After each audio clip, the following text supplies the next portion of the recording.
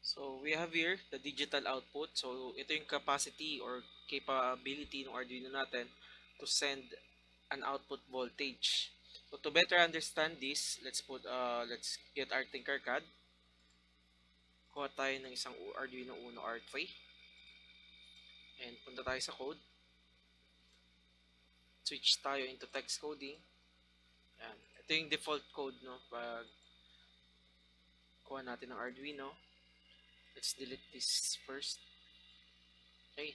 So one of the requirements ng output ng digital is to identify kung saan pin tayo mag-output.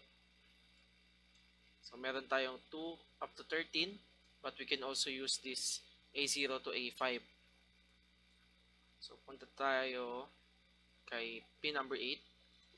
So i-declare natin pin number 8, ito yung code natin, pin mode, kung ano yung pin number, then kung ano siya, output ba siya or input.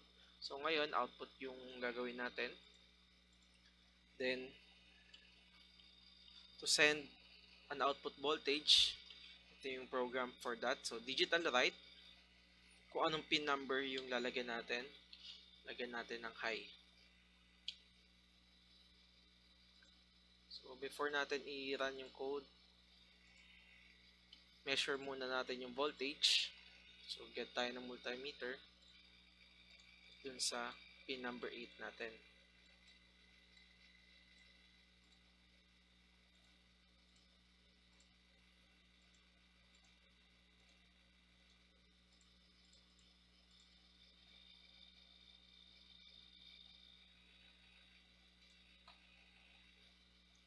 So currently 0 voltage tayo, no, kasi naka-comment out pa yung ating code.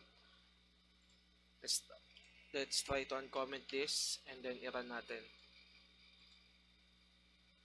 And so as you can see, meron tayong output voltage of 3.87 volts. So aside from turning this on, we can also turn this off. Ang gagawin lang natin is digital write.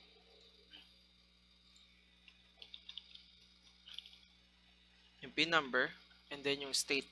No? So balik tayo dito sa ating digital output. So kapag 0, ito yung low natin, meaning 0 voltage. Kapag high, at around 5 volts or 1. So ganito rin po yung concept dito sa pag-program. So low, ibig sabihin 0 voltage. Lagay tayo ng delay para makita natin.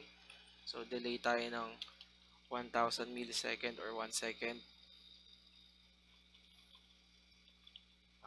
Delay. So let's start our loop. So as you can see, no, nag-off siya, on, off, on, every 1 second. So that's our digital output.